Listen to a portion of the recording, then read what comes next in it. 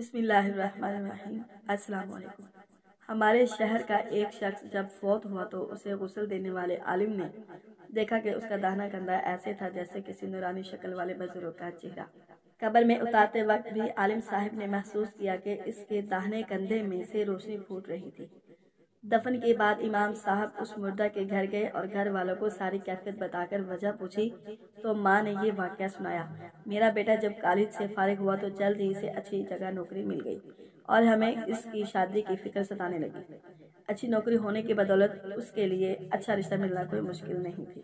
ہمارے پڑوس میں ایک دونوں پاؤں سے معذور لڑکی رہتی تھی جو ہمیشہ ہی ویل چیئر پر رہتی تھی اور بغیر سہارے کے کچھ بھی نہ کر سکتی تھی۔ میرے بیٹے نے کہا، امی مجھے اس لڑکی سے شادی کرنی ہے۔ میں نے اور بہنوں نے بہت سمجھایا لیکن وہ نہ مانا، کیونکہ اس کے بقول خوبصورت لڑکیوں کو رشتے ہر جگہ سے مل جاتے ہیں لیکن اس معذور لڑکی سے کوئی بھی شادی نہیں کرے گا۔ آخر کار ہمیں اپنے بیٹے کی بات ماننی پڑی اور اس کی شادی اس معذور لڑکی سے کر دی۔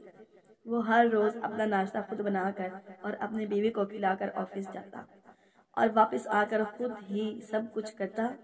اپنی بیوی کو باتھ روم وغیرہ لے جانے کے لیے وہ اسے اپنے داہنے کندھے کا سہارا دیتا تھا اور اسی لیے اس کا داہنا کندھا چمک رہا تھا، کیونکہ اس نے اپنی زندگی کی آسائشیں اپنی معذور بیوی کے نام کر دی۔